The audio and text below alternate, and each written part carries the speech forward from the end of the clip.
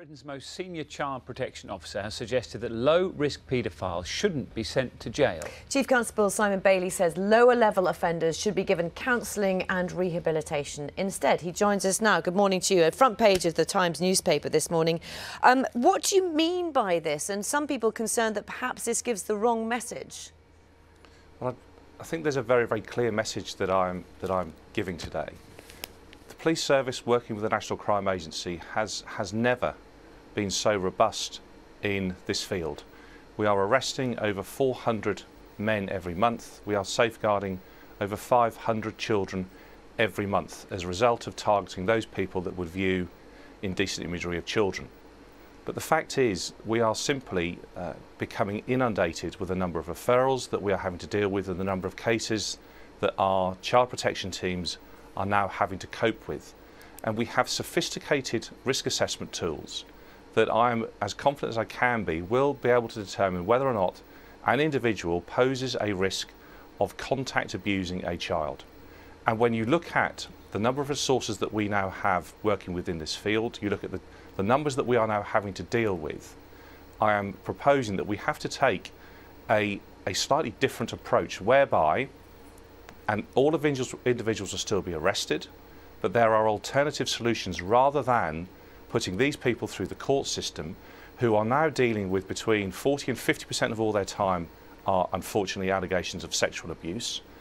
Cases are taking too long to come to court, and we have to look at an alternative whereby those individuals that we assess as posing little risk to children of contact abuse have to attend some form of rehabilitation course, have to attend a course whereby they are educated as to the impact of their abuse, the impact of their offending, whereby they are not then put into the justice system itself. OK, so they wouldn't be given criminal sanctions. Would they, for example, be on the sex offenders register? They would still be on the sex offenders register. They would still then be managed within the community, yes. What do you say to people who say, well, perhaps people looking at these kind of images are fuelling the demand for those images and therefore abuse of children? I absolutely understand and fully recognise that every time one of those images is reviewed, that victim is being abused again. And this is not me going soft on people that view those images, far from it. But the fact is, there are now potentially in circulation 100 million of these images. We are having to deal with more referrals than we ever have done. So 3 years ago, we would receive 400 referrals a month into the National Crime Agency from the United States of America. That's now approaching on occasions 5,000 a month. What I'm saying is that my focus, and I believe the focus of the police service and our partners, should be targeting those individuals that pose the risk of contact abuse, whereby we put a little less effort into those people that pose such little threat that actually some form of rehabilitation, some form of course whereby they understand the impact of their offending will be just, if not more, effective. OK, and talk about the people at high risk as well. You say you will do this risk assessment, and that is robust enough, is it, to determine who are these people, these high risk offenders? I have confidence in the risk assessment tools that we are now using, that we can identify those individuals that pose the greatest threat to children, yes.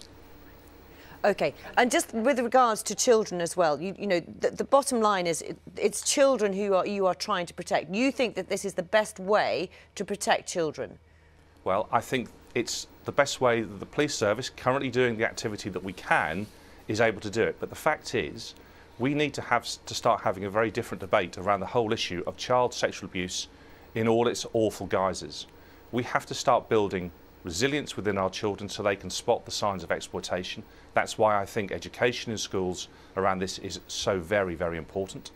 I think we have to start having a very different conversation with the IT companies and start saying to them, you need to start denying offenders access to this material. I think that is absolutely critical as well. If we start to do that, then we will start to make a real difference. Simon Bailey, Chief Constable as well, Norfolk Constabulary, thanks for your time this morning.